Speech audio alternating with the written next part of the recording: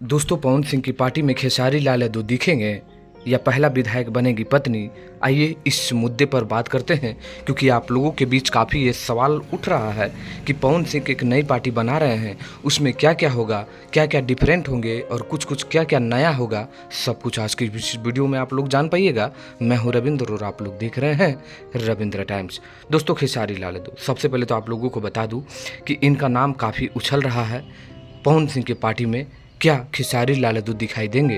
क्योंकि मैं आप लोगों को बता दूं सबसे पहले कि जो पवन सिंह है उनकी पार्टी में गुंजन सिंह, रितेश पांडे और अरविंद अकेला कल्लू, ये तीन ऐसे जो कलाकार हैं, बहुत ज़्यादा चांस है, यानी 95-99% चांस है कि ये तीनों कलाकार पवन सिंह के पार्टी में, यानी एसएसपी पार्टी जिसको बताया जा रहा है कि सर्व समाज पार्टी है, उसमें शामिल किया जा सकता है। लेकिन उसमें सवाल था कि क्या खेसारी लाल यादव भी शामिल होंगे। तो मुझे तो जहाँ तक लग रहा है कि अभी तक औपचारिक कोई भी ऐसी स्टेटमेंट नहीं आया है कि खेसारी लाल यादव शामिल होंगे, लेकिन लोगों का और फैंस का डिमांड ऐसा है कि पवन सिंह की पार्टी में खेसारी लाल यादव दिखाई दे। हालांकि ये अभी पूरी तरह से कंफर्म नहीं है, लेकिन अब चलिए करते हैं बात उनकी पत्नी विधायक बनेगी या नहीं।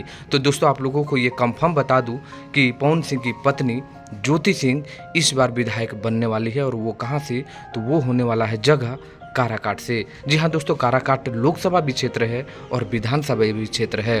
तो वहाँ से उनकी पत्नी ज्योति सिंह लड़ सकती है, साथ में नबीनगर से भी लड़ सकती है। तो ये बहुत ही बड़ा अपडेट था कि पत्नी बनेगी विधायक और हो सकता है कि मुख्यमंत्री भी बन जाए, जबकि खेसारी लाल यादव का अभी असमंजस का है। तो ये बड़ी अपडेट था। आपको क्या लगता है ये दोनों के बारे में? नीचे कमेंट करिएगा। धन्यवाद।